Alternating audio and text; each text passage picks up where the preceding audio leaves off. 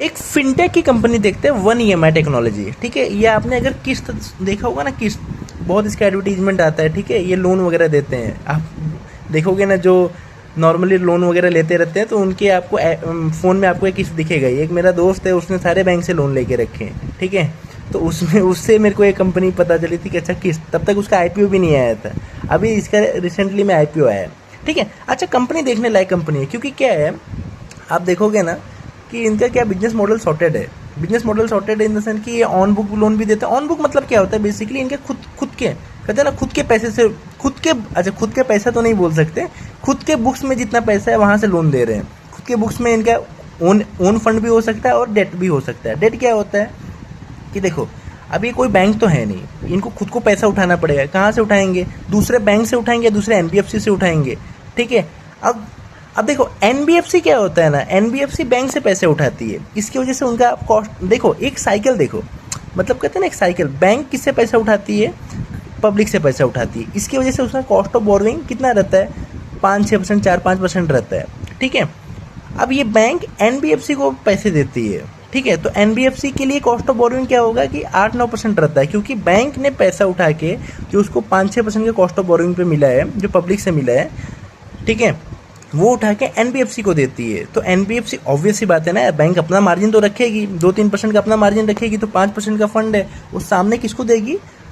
8-9% पे देगी। तभी तो यार स्प्रेड मार्जिन कमाएगी ना, क्योंकि पूरा धंधा ही लेवरेज का है, पूरा का पूरा धंधा ही पैसे देने का है। ठीक है, अब आप कहोगे कि यार बैंक को 5-6% क्यों पड़ रही है? अरे बैंक को कहाँ से? खैरात में तो पैसा मिले नहीं, पब्लिक ने पैसा दिया है, तो पब्लिक को सेविंग बैंक में देती है, या तो करंट अकाउंट में देती है, या तो एफडी में देती है, या तो आरएनडी में देती है। करंट अकाउंट में तो 0 मिलता है, सेविंग में 4-5%, 3-4% अपने अपने बैंक के हिसाब से मिलता है, एफडी 6-7%, आरएनडी बोल रहा हूँ यार आरडी में भी 6-7% मिलता है। तो ऑन एन एवरेज 5% का आप कॉस्ट ऑफ बोरोइंग समझो। तो कॉस्ट ऑफ 5% पे बैंक को पैसा मिलता है, वो आगे 8-9% पे देती है एनबीएफसी को। एनबीएफसी ऐसे फिनटेक को कंपनी को देती है, आगे 11-12%, 14% पे देती है। इसीलिए देखो, इसने बैंक ने 5% उठाया, 8% पे दिया, यानी 3% का स्प्रेड कमाया। एनबीएफसी ने 8% पे उठाया, 12% पे दिया, यानी 4% का स्प्रेड कमाया। अब ये 11-12-15% पे उठा के आगे 20-22% पे कस्टमर को देगी। ठीक है, तो ये स्प्रेड कमाएगी। तो बेसिकली ऐसा धंधा ही है। तो ये हो गया ऑन बुक। ऑफ बुक मतलब क्या होता है? ऑफ बुक मतलब समझो ना, मतलब ये क्या है, इनका खुद का कोई वो नहीं, मतलब ये सिर्फ कहते हैं ना फैसिलेट करा रहे हैं। मतलब कहते हैं ना सिर्फ आपको किसी, जैसे मान लो अपने प्लेटफॉर्म से आपको मिस्टर ए को लोन दे रहे हैं, लेकिन जो पैसा दे रहा है ना, वो ये फिनटेक कंपनी नहीं दे रही है, किस्त नहीं दे रही है। ये क्या दे रही है? एचडीएफसी दे रही है, एक्सिस बैंक दे रही है। ठीक है, मतलब दूसरे बैंक भी टाई अप है किस्त वगैरह से। तो ये क्या करते हैं, दूसरे बैंक किस्त के कस्टमर को लोन देते हैं, जिसमें किस्त बीच में सिर्फ कमीशन खाता है, मिडल मैन रहता है। ठीक है, तो इनका 100 मतलब क्या होता है? डायरेक्टली, मतलब कहते हैं ना, समझो ना, डायरेक्ट आईसीआईसीआई बैंक और बजाज फिनांस, टाटा कैपिटल या एचडीएफसी ने डायरेक्टली वो कस्टमर को दे दिया। कौन से कस्टमर को? जो कस्टमर किस्त का था। ठीक है, को लेंडिंग मतलब क्या होता है भाई, कि भाई 80% बैंक ने दिया, 10-20% आपने दे दिया। डायरेक्ट असाइनमेंट क्या होता है कि भाई पहले किस्त अपने खुद के पैसों से लोन देती थी, पहले मतलब ऑन बुक लोन था वो।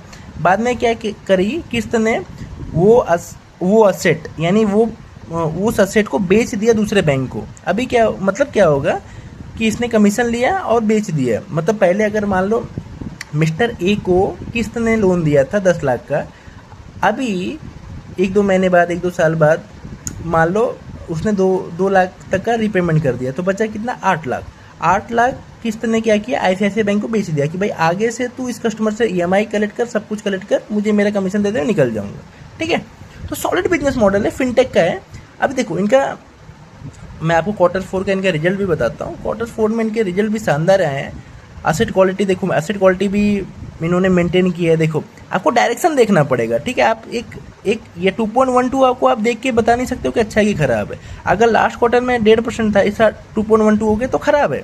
अगर लास्ट क्वार्टर में 3% था, इस बार 2% हो गया तो अच्छा है। आपको डायरेक्शन देखना पड़ेगा। ठीक है, तो सिर्फ एक जो नंबर पंच कर देते हैं, जो दूसरे लोगों को मैं देखता हूँ सिर्फ नंबर पंच करते हैं, 30% ग्रोथ है और इनका ये एसेट क्वालिटी है, वो सब फालतू चीज़ है। आपको डायरेक्शन देखना पड़ेगा कि कौन से डायरेक्शन पे है। एनबीएफसी में ना 3 चीज़ें देखते हैं, अगर आपको कुछ भी नहीं देखते तो बहुत सारी चीज़ें हैं, लेकिन अगर आप 3 चीज़ें देखो, 3-4 चीज़ें देख के चलो। सबसे पहले उसका लोन बुक का ग्रोथ हो रहा है कि नहीं, क्योंकि अगर कंपनी में कभी भी कोई प्रॉब्लम आएगी ना, एनबीएफसी में क्या होता है, एनबीएफसी बोल रहा हूँ, फिनेंशियल बिजनेस में क्या होता है, अगर कभी भी अगर पैसे मिलने में दिक्कत आई ना, तो अपना ग्रोथ मतलब काट देते हैं। मतलब अगर कभी भी अगर कंपनी ग्रोथ कर रही है ना, यानी बाय डेफिनेशन यानी अपना एसेट क्वालिटी को मेंटेन रख रही है। एग्जांपल पकड़ो, नहीं तो क्या क्या होगा मालूम है, कंपनी को कुछ भी दिक्कत दिखती है ना, तो वो नया लोन देना बंद कर देती है, तो ग्रोथ आना बंद हो जाता है। तो सबसे पहले आपको देखना है भाई ग्रोथ ग्रोथ हो रहा है कि नहीं, मतलब ग्रोथ मतलब एयूएम का ग्रोथ, मैं एयूएम की ग्रोथ की बात कर रहा हूँ, ठीक है। एयूएम का ग्रोथ शानदार बढ़ रहा है। उसके अलावा क्या कंपनी ने अपना एसेट क्वालिटी मेंटेन करके वो एयूएम का ग्रोथ ला रही है, क्योंकि अपने को दोनों चाहिए भाई। ऐसा नहीं कि तुम धड़ाधड़ अंधाधुंध लोन पे लोन दिए जा रहे हो। और फिनेंशियल बिजनेस में क्या होता है ना, ग्रोथ करना इजीली आसान होता है। मैं आपको पहले भी बोल रहा हूँ, क्योंकि पूरी दुनिया को लोन चाहिए। आप बाहर रास्ते पे खड़े हो जाओ, आप किसी को लोन चाहिए, किसी को लोन चाहिए, पूरे लाइन लगा लेंगे, तो उनको ग्रोथ करना आसान होता है। इसी के लिए फिनेंशियल में ग्रोथ के साथ साथ आपको एसेट क्वालिटी भी देखना पड़ेगा कि भाई कंपनी अपना एसेट क्वालिटी मेंटेन रख के दे रही है। सिर्फ और सिर्फ एसेट क्वालिटी मेंटेन रख रही है और ग्रोथ नहीं कर रही है, कंपनी बेकार। सिर्फ के सिर्फ कंपनी ग्रोथ कर रही है, एसेट क्वालिटी बेकार है, तो आगे जाके कंपनी में बहुत दिक्कत हो जाएगी, तो वो भी कंपनी बेकार। तो आपको दोनों चीज़ देखना चाहिए, प्लस आरओई का डायरेक्शन वो भी देखना चाहिए, ठीक है। आरओई का मतलब बेसिकली अगर आपका स्लाइटली जीएनपीए थोड़ा सा बढ़ा और आरओई का डायरेक्शन भी ऊपर की तरफ जा रहा है ना, तो भी कोई दिक्कत नहीं, क्योंकि आप अर्न ज़्यादा कर रहे हो एज़ कम्पेयर टू जो असेट पे आप लूज कर रहे हो। इसकी वजह से ही आपका आरओई ऊपर जा रहा है ना, वरना क्यों जाएगा। तो बेसिकली कंपनी अच्छी है, ठीक है। अब इनका देखो गाइडेंस भी कितना है, 40% एवीएम का ग्रोथ का गाइडेंस है। जीएनपीए आपको 2.25% से नीचे रखेंगे और आरओई 20-21% के आरओई पे रखेंगे। आरओई तकरीबन ROE basically debt to equity का लेवरेज ही रहता है, तो ठीक है। आरओई आप देखो, ठीक है। अब इन्होंने क्या बताया कि भाई इंडस्ट्री के बारे में बताया कि देखो इंडस्ट्री भी आगे जाके 2030 तक ये फिनटेक का बता रहे हैं, ठीक है। इंडस्ट्री खुद कितने तगड़े रेट से ग्रो करने वाली है, ठीक है। तो स्कोप तगड़ा है, कंपनी में अच्छी है, लैंडिंग बिजनेस से ग्रोथ इजीली पॉसिबल होता है। बस अपना एसेट क्वालिटी मेंटेन रख के आरओई का डायरेक्शन ऊपर रख के अगर कंपनी ग्रोथ करती है, अच्छा है कंपनी मतलब। और फिनटेक कंपनी यार, इनको ज़्यादा कहते हैं ना फिजिकल ब्रांचेस वगैरह ज़्यादा खोलने की ज़रूरत भी नहीं है। आप सिर्फ कहते हैं ना फ़ोन से, आप ऐप से, सिर्फ टेक्नोलॉजी से ही आप लोन दे दोगे, ठीक है। तो इसी की वजह से आप देखोगे ना आरओई वगैरह भी इनके शानदार ही है, ठीक है। तो अच्छी बिजनेस है, इसको आप देख सकते हो।